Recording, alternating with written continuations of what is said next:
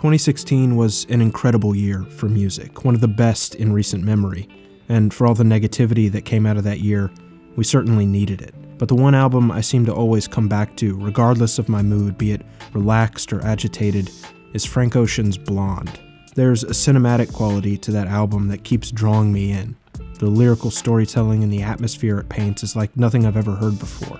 And it's impressive how, without the use of a visual aid, the music shapes such vivid imagery. Images of childhood and lost summers, and especially cars. Something that's been a staple of Frank's work since the beginning of his career. From the Clinic McLaren F1 GTR in the video for Nikes to the 1988 BMW E30 M3 on the cover of Nostalgia Ultra. Cars are his language, but not in the conventional pop hip-hop usage where cars are used as a symbol of status and wealth and specifically masculinity.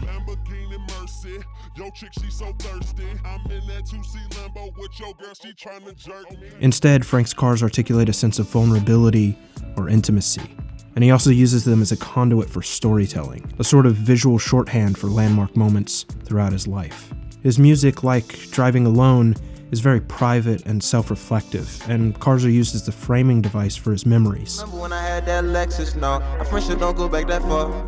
I guess I'm just inspired to tell stories in my life, like times that I've enjoyed and that mean a lot to me. I often go back to them. So when I'm making music, that's really all you can draw off of, right? You know, when your storytelling is, you know, your own experiences and memories and personal wisdom and knowledge. So when I pull from that place, it comes along with pictures. When I'm trying to make a song, even the form of it, even the part that doesn't have words, the parts that don't have words, it's still, you know, really trying to make a photograph out of something that you can never see. There's a cinematic influence that's present in all his work, even down to his name. Originally Christopher Edwin Brew, the change came from his love of Louis Milestone's 1960 film Ocean's 11, starring Frank Sinatra.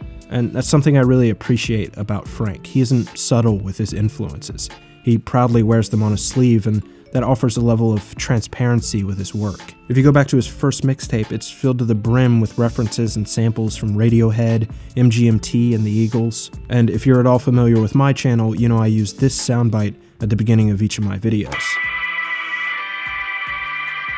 That isn't Lovers in Japan by Coldplay, not exactly. It's actually the intro track Street Fighter, which samples Lovers in Japan. And I use it to set a mood of comfort and nostalgia for my videos, the same way Frank does for the album, hence the name Nostalgia Ultra. People think of Frank as this enigmatic figure, mysterious and hidden from the world, because he has a practically non-existent social media presence. And that's hard to come by in our fame-obsessed culture. But the reason I feel a closer emotional understanding of his work than most other artists is because of its personal depth and restraint. When every moment of celebrity is shared on social media, it loses a lot of the allure of storytelling. Your heartbreaking ballad about a lost love is a lot less heartbreaking when it's trending, or when it was ghostwritten.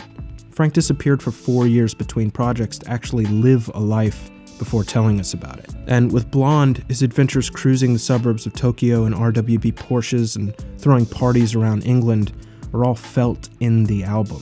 Frank takes you on a journey through his mind, the whole time keeping you as close as the passenger seat. And I think he said it best in his interview with GQ. He, as a writer and as a creator, is giving you his experiences. Music is just a communication of identity, and Frank's lyrics act as a sort of inner monologue, fragmented memories triggered by different melodic shifts, and even if we don't know the reference for those memories, the atmosphere of the music shapes the context. And without speaking explicitly to movements or political stances, Frank is able to make small, introspective observations that are just as powerful as bold statements.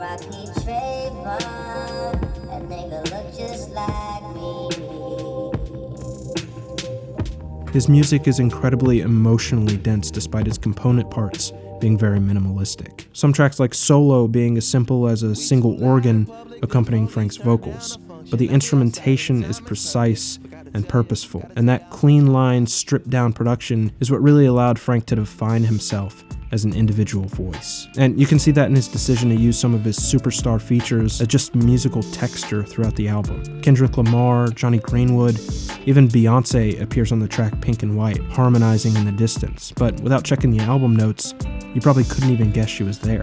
Artists as passionate and as insightful as Frank don't come along often. And with very little output, just a mixtape, 2 full-length LPs, and 1 visual album, Frank has proven to be one of the most gifted new voices of this generation. And even if there's another 4 years between projects, I'm excited to see where he takes us next.